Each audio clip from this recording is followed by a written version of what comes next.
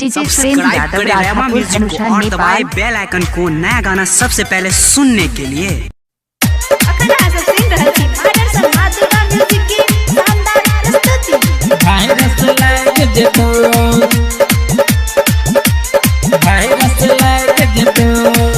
DJ Surendra Yadav Radhapur धनुषा नेपाल। भागवरतिया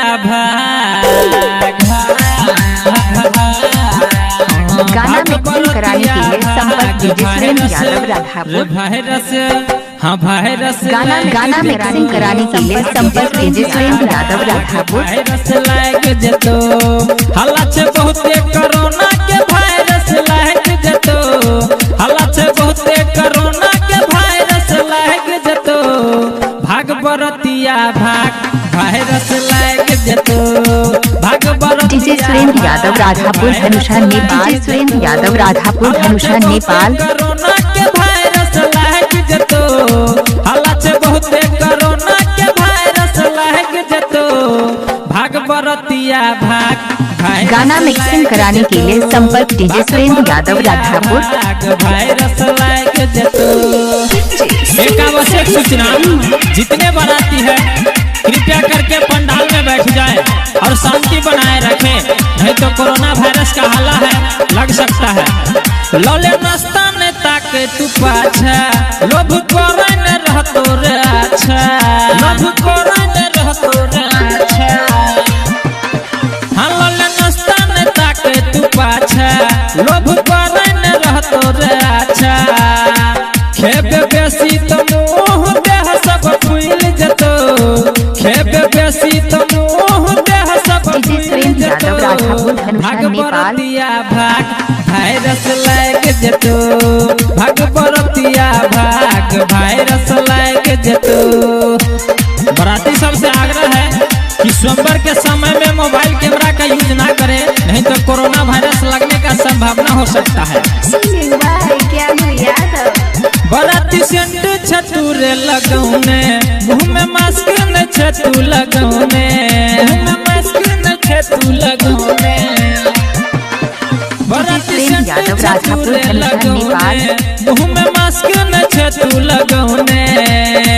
एना चले बे मोबाइल सब लोग जाग जतो, एना चले बे मोबाइल सब कोई जाग जतो, भागवरतिया वायरस लग जतो, भागवरतिया वायरस लग जतो। यादव राधापुर धनुषा नेपाल। कोरोना के वायरस लग जतो, हल्ला छे बहुते कोरोना के वायरस लग जतो, भागवरतिया वायरस लग जतो, भागवरतिया वायरस लग जतो। डीजे सुरेंद्र यादव राधापुर धनुषा नेपाल। अगर जो बराती खाने के लोग में रुक गए हैं वो कम ही खाए, ज्यादा ना खाए, नहीं तो कोरोना वायरस लगने का संभावना हो सकता है। बेसी खइहे न तू रे दही, नहीं तो भजे तो काम तोहर सही, नहीं तो भजे तो काम तोहर सही। हाँ बेसी खइहे न तू रे दही। डीजे सुरेंद्र यादव राधापुर धनुषा नेपाल।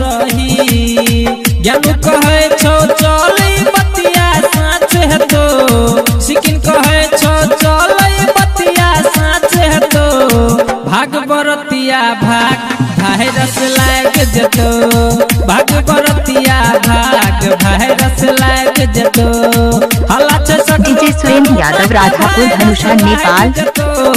हल्ला छे सगरो कोरोना के वायरस लग जतो, गाना मिक्सिंग कराने के लिए संपर्क डीजे सुरेंद्र यादव राधापुर। भागवरतिया वायरस लग जतो, हल्ला छे बहुते कोरोना के वायरस लग जतो, हल्ला छे बहुते कोरोना के वायरस लग जतो, भागवरतिया वायरस लग जतो, भागवरतिया वायरस